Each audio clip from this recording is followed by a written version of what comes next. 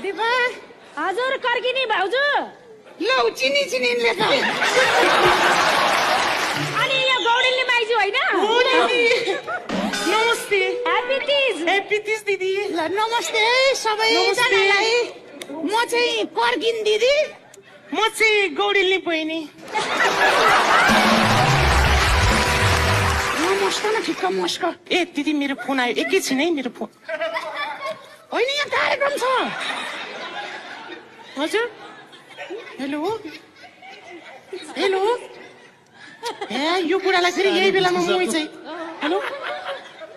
अहिले अब कार्यक्रममा छु क्या पछि दिउँ ल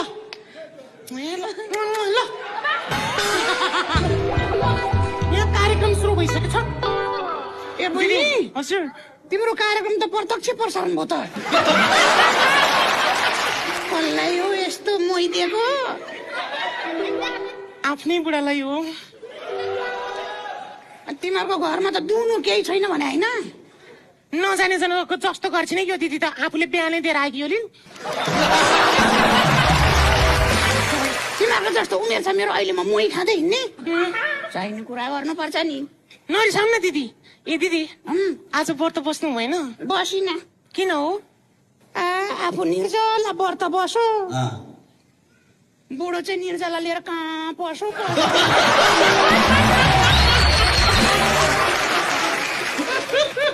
7 वर्ष भयो कहाँ गएको फर्केको छैन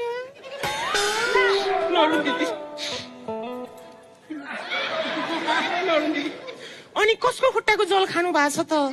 खसीको खुट्टाको खाएको छु तस्बिर आयो त्यहाँ कुन चाहिँ हो त्यही ऊ चाहिँ तपाईँको उताबाट हालेको चुइराखेको त्यहाँ त्यहीमा पायो भएर